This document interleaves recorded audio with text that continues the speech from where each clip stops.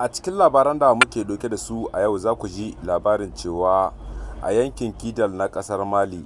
inda muka samu labarin cewa 'yan tawaye da dama ne suke ajiye makamansu domin samun kwanciyar hankali da zaman lafiya a cikin wannan yanki na ƙasar Mali.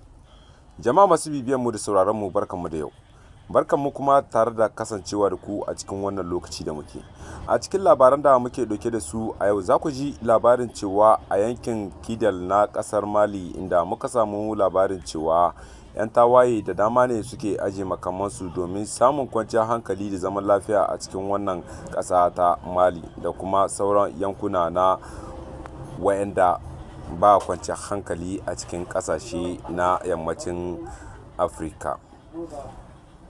Wannan labari dai ya zo mana ne bisa wasu shafuka na sada zumunta na ƙasar Mali wanda suka wallafo da cewa inda 'yan tawaye da dama ne suka ajiye makamansu. A jamhuriyar Nijar kuma za ku ji labarin cewa hukumomin tsaro masu sintiri a cikin yankin Tilibiri, inda suka samu kama wasu mutane ɗauke da babura ɗauke da makamai da dama a bisa babura a cikin wani yanki na Tilibiri, kamar yadda jaridar ta wallafo da cewa inda wayannan mutane dai hukumomin tsaro sun yi arangama da su ne a cikin wani yanki na cikin Tilibiri. A wani bangare na Najeriya kuma a yankin Sokoto, inda muka samu labarin cewa